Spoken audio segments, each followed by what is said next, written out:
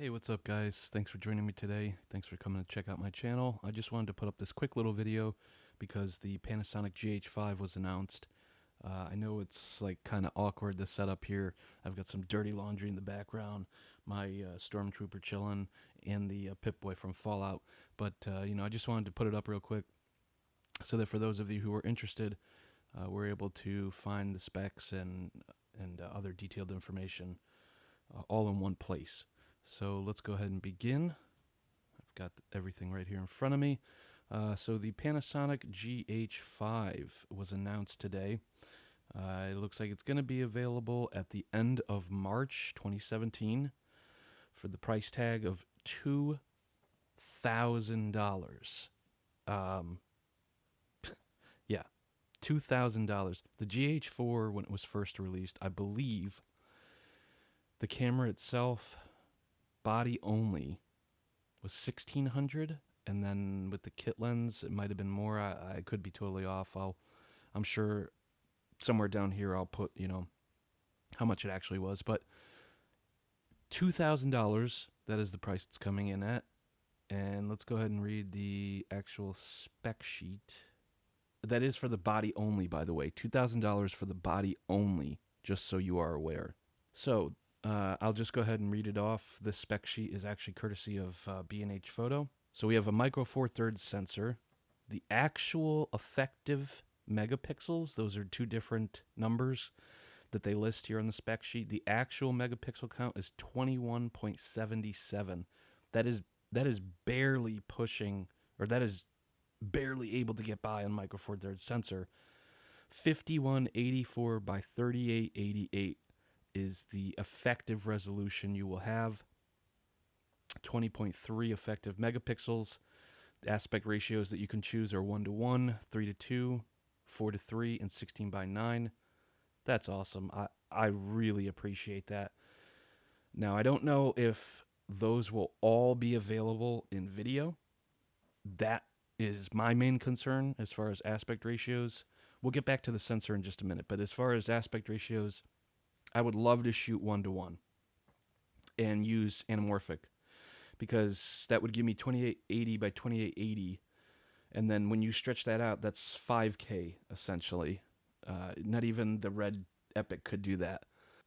So sensor type, we have a MOS sensor, 17.3 by 13 millimeters.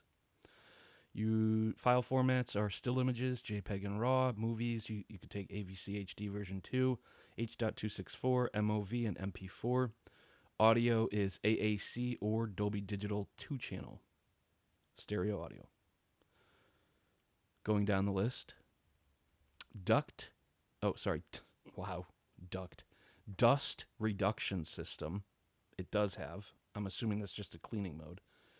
Memory type, it does take SD cards, SDHC, SDXC. However, I believe, and we'll find out in later detail, I believe it takes SDHC2.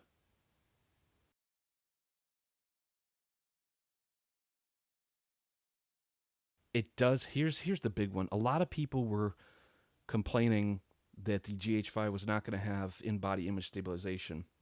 They listed all these other great features at Photokina, but one of the things that they didn't say was whether or not it would have in-body image stabilization. And everybody argued that why would they not put it in their flagship camera? And I agreed. I was one of those people who was saying it's probably going to be in there. And it is. 5-way sensor shift stabilization. It's great. So you could shoot in NTSC or PAL. The resolutions you can shoot at, of course, DCI 4096 by 2160. That's what I shoot in. Right now, I'm actually shooting this on the A6500, but we are going external into a Pixie 5. So this is 422 8-bit, not 10-bit. Sony cameras don't do 10-bit, unfortunately. I had Mark Puckett from the Photo Video Show. It's a great channel. You should check him out. I had him do he was doing a questionnaire with a Sony rep, and I had him ask whether or not 10-bit 422 was something that we would ever see out of any Sony camera other than the high-end video cameras like the F55, 65, FS5, and FS7. I believe the FS5 and FS7 are both limited I believe the FS5, if I'm not mistaken, can do 10-bit external. I'm not sure. I doubt it.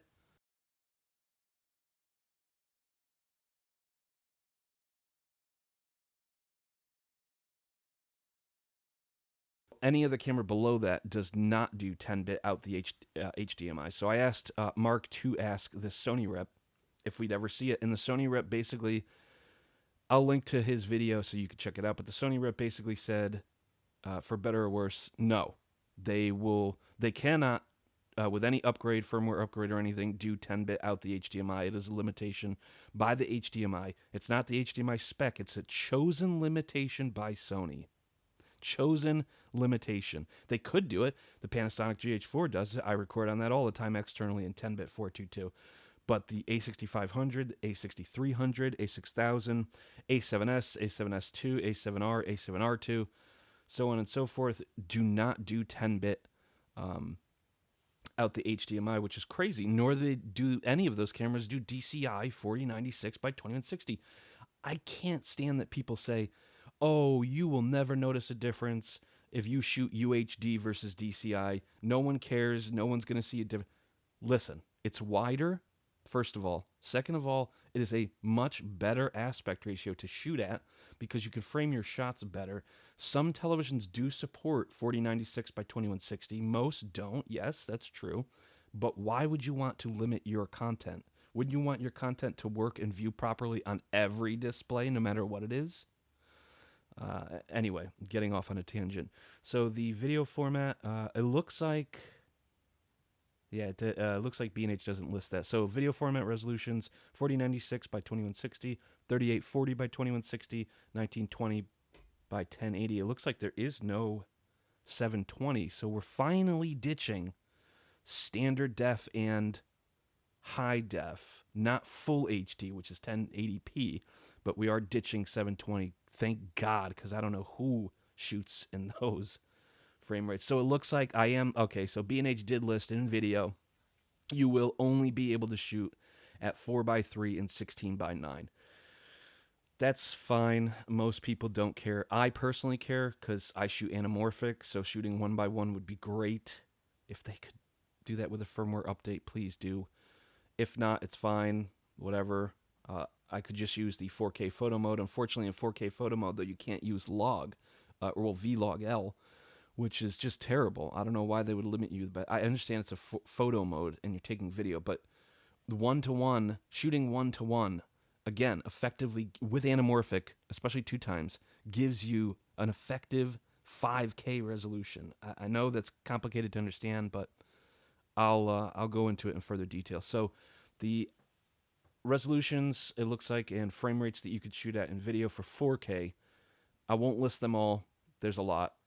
Just know that there is an anamorphic mode. The anamorphic mode is 3328 by 2496. I believe that's shooting 4:3 on this particular sensor.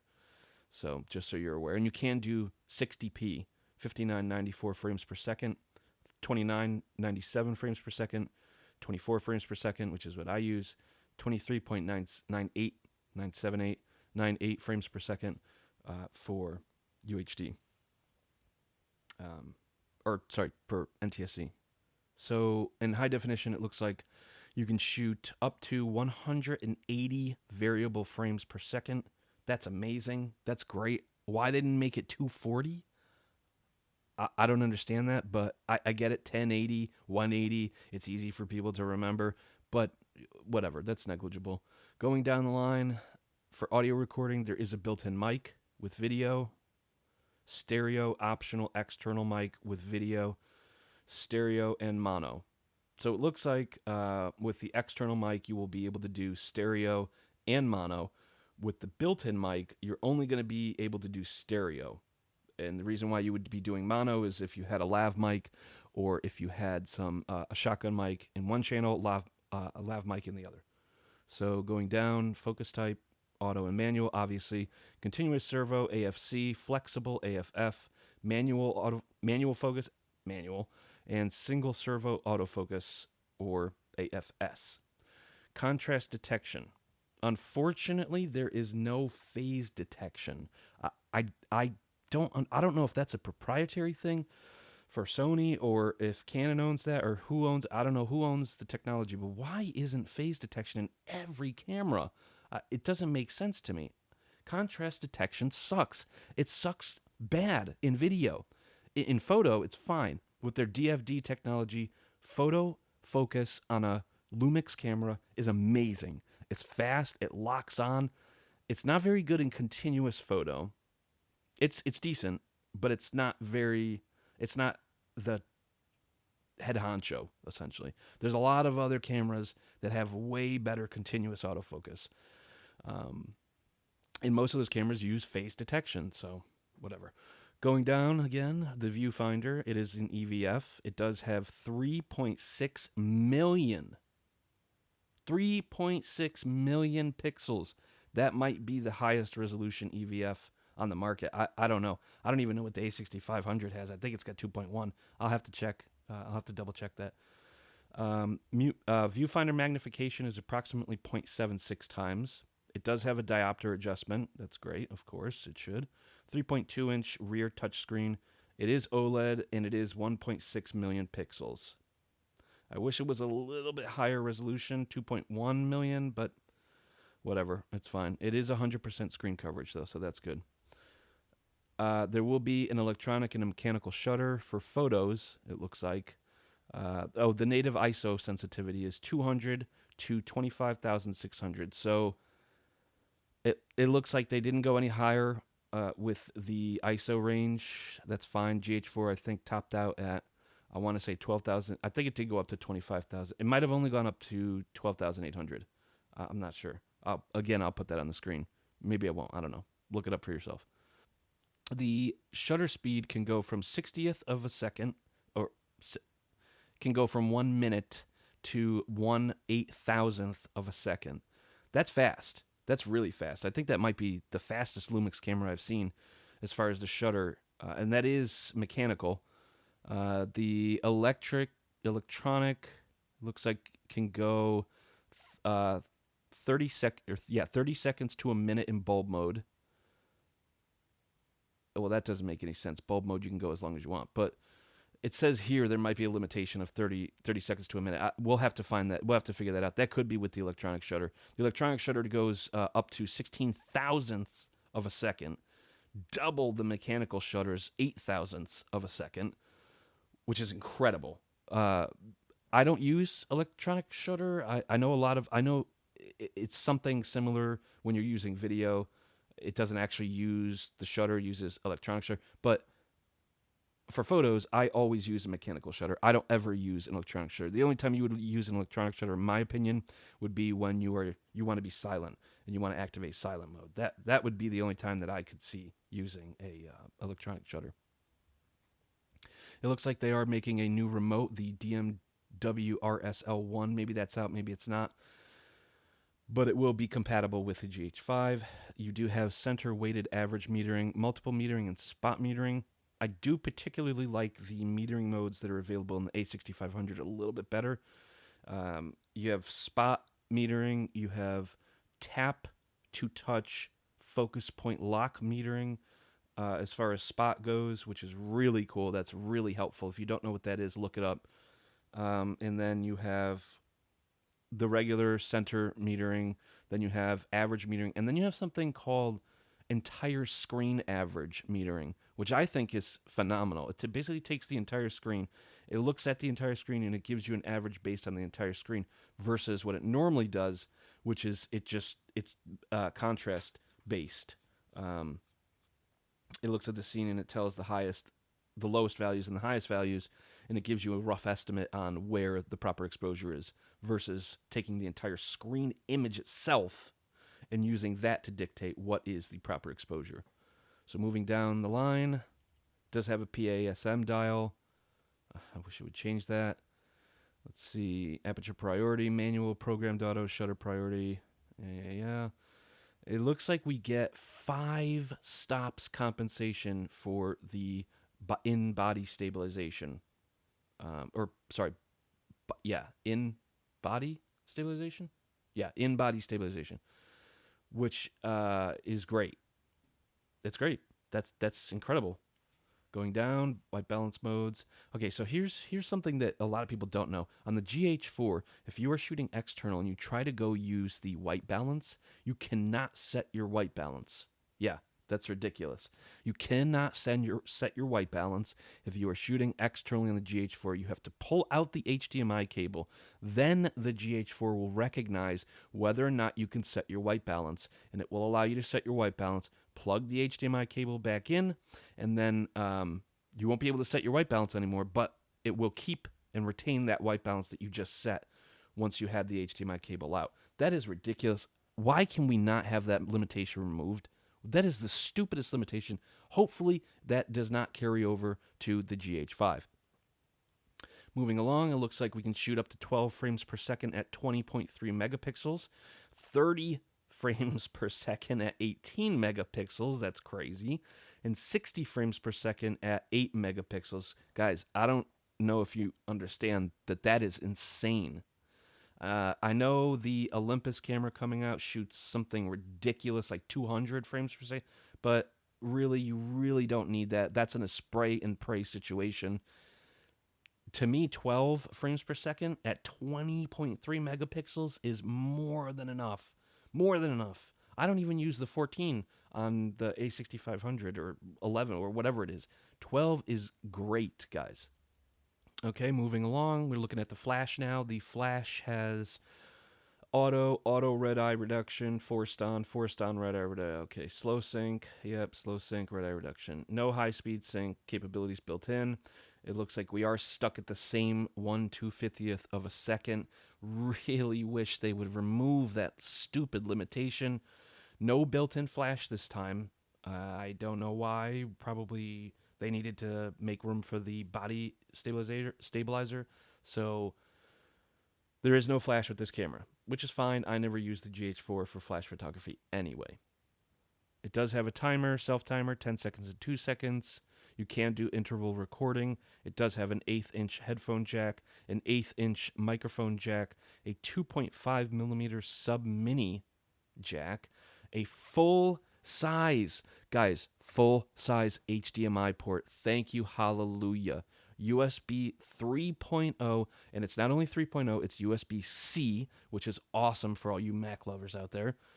And Viera Link, I don't really know what that is. Probably something to do with television, but I don't really know. I don't use Viera Link. And you do have Wi-Fi capability as well. And it does take the same battery from the GH4, which is incredible. We don't have to worry about buying new batteries and upgrading and, doing all sorts of, doing a 1-2 dance to, try to make sure that we have enough batteries. We're using the same batteries that we were in the GH4, which is great. Okay, so key features. As I just read off all that to you, there's some more key features that I want you guys to listen to. So we are now using a Venus 10 engine, brand new and developed specifically for the GH5. Full HD video at up to 180 frames per second, which we talked about before. 4K video at up to 60 frames per second. Now, just remember that when you are shooting 60 frames per second in 4K on the GH5, you are in fact shooting at 420 8-bit. You are no longer shooting at 422 10-bit internal, which is what the GH5 can do, which is awesome. GH4 lovers who own a Pixie 5, which is what I use, or an Atomos, or something like that, an external recorder, rejoice. You don't need an external recorder anymore to have 10-bit 422. A lot of people say, who cares about 10-bit 422? I care about 10-bit 422. Everybody should care about 10-bit 422 because you're not getting 255 colors. You're getting 1023. So you have 1024. You have a huge expanded range. I don't understand why people don't understand that. Like, why would you not want more color in your image? Regardless of what YouTube does or Vimeo does or where you're showing your video, having more detail and color in your image is a good thing, guys. It is not a bad thing. It is a good thing. You want more color in your image. Jeez. Makes me mad when people are like, who cares about 10-bit? Who cares about 422? I do. And a lot of other professionals and people do. So please put it in every camera. Even if it's not in body, at least make it come out the HDMI. So moving down, another cool thing, we have dual IS2, which is, I believe, the same technology that was in the G80 or the G85, whatever the newest Lumix camera that just came out. Again, I'll put on the bottom of the screen which one I'm talking about. And it looks like also you can do 6K photo mode. So here's what everyone was wondering. How can you do 6K photo mode? What does that even mean? What does 6K photo mode mean? 6K photo mode refers to the fact that you are taking a 6K image, essentially, of your photo. Now, I don't quite understand how they're saying it's 6K because you're not actually getting... Oh, yeah, UHS-II was the type of SD slot. Why was I saying SDXC2 or SDHC2? UHS-II is the type of slot. So the cards from the GH4 will work, but they're not going to be fast enough to do 4K 60 frames per second. Might not even be fast enough to do 10-bit 422 internal at 150 megabits per second. Because that is what it initially is going to be recording at. There will be a firmware update which will let you do 400 megabits per second internal to the SD card, but that is coming later as far as I am aware of. Okay, so for more advanced users, multiple picture styles are available to provide a more gradable image, such as Cinelike V and Cinelike D. Personally, I hate Cinelike D and Cinelike V. I think they're trash. As well as in-camera LUT to make monitoring easier. So basically, they're doing the same style gamma display assist that the Sony cameras do. If you're not familiar with that, when you're shooting log, the Sony cameras allow you to have a built-in LUT. There's 3 different kinds, S-Log2, S-Log3, and auto. Basically what they do is they make the image watchable, and it's not super, super flat, so you can kind of adjust your... I don't trust it. I feel like it lies, and it's only 800%. It's not 100. It's not 1,000% technically. Basically, it's not true. It's not a true LUT, first of all, and it's not showing you a true example of what the colors are going to look like in your final result or what you're capturing even. It's just showing it to you non-flat so that you can see it, and it's a little bit easier to adjust your framing so you don't have to look at a flat picture with no color in it. So anyway, moving on, as well as in-camera LUT making. Also, users will have access to overcranking and undercranking settings, which provide speeds up to 2.5 times slower, that's 4K 60 frames per second, and 7.5 times slower in Full HD, that's 1080 at 180 frames per second. Also, a 4K anamorphic mode is available, which will let you record in a proper 4:3 ratio for adjustment in post-production. That's great. I shoot with 2 times anamorphic lenses. Basically, that means when I shoot with a 4:3 aspect ratio, when I compress the image, because anamorphics, if you don't know, they shoot wider. They have a wider field of view, but they stretch the image tall. That's how they do that. So when you stretch the image back down into post, you retain that wide field of view while still having the characteristics of the millimeter lens you used. So if you have a 50 millimeter lens, you have a 50 millimeter, not field of view, you have a 50 millimeter ratio as far as the objects in your image, but your field of view is actually wider, much wider. So that's why I use anamorphics. The GH5 is designed to be an expandable system and with multiple options available to help improve video recording capabilities. This includes an optional Vlog-L upgrade. That's really unfortunate. So basically, they are making you pay again for Vlog-L. Hopefully, people who have Vlog-L already with the GH4, they will just allow you to somehow use that particular code or use that download that you had. I don't know if it was a download actually. Then yeah, no, it was. You had to like connect your camera, download a file or something like that.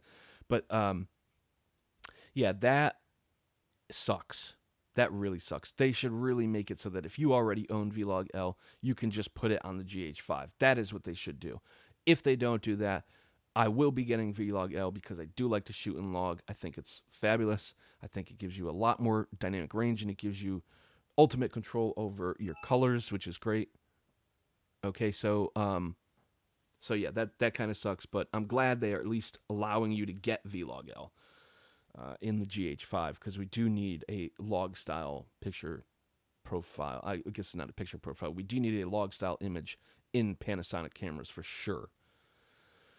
This includes an optional V-Log-L upgrade and accessories such as the XLR microphone adapter that provides XLR inputs and physical controls through a hotshoe connection.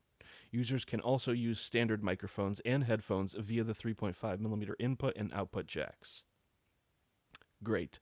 A joystick is available on the rear of the camera to make changing many settings easier and more intuitive, such as changing a focus point. That is great. That is great. Thank the Lord for having a joystick to be able to control focus points. That is like a D500. That is like any DSLR that allows you to control the focus points so easily. Sony, you really need to listen up. That needs to be implemented in every camera. I don't know why it's not. I understand for the lower end models, but geez, the 6500 is not a lower end model. It's the highest of their APS-C line. So a lot of these other manufacturers are starting to input joysticks. Fuji is doing joystick. All the DSLRs do joysticks. Panasonic's now doing a joystick. Everyone should have a focus point selector joystick on their camera. Everybody. You can now connect to 5 gigahertz Wi-Fi channels, which is awesome. You were only able to connect to 2.4. 5 gigahertz is better. It does have NFC built in, and it does have Bluetooth. We do now get 225 depth from defocus autofocus points, which is great. Again, it does not use phase detect. It does use contrast detect. But DFD has been known in photo to be very, very quick, which is great.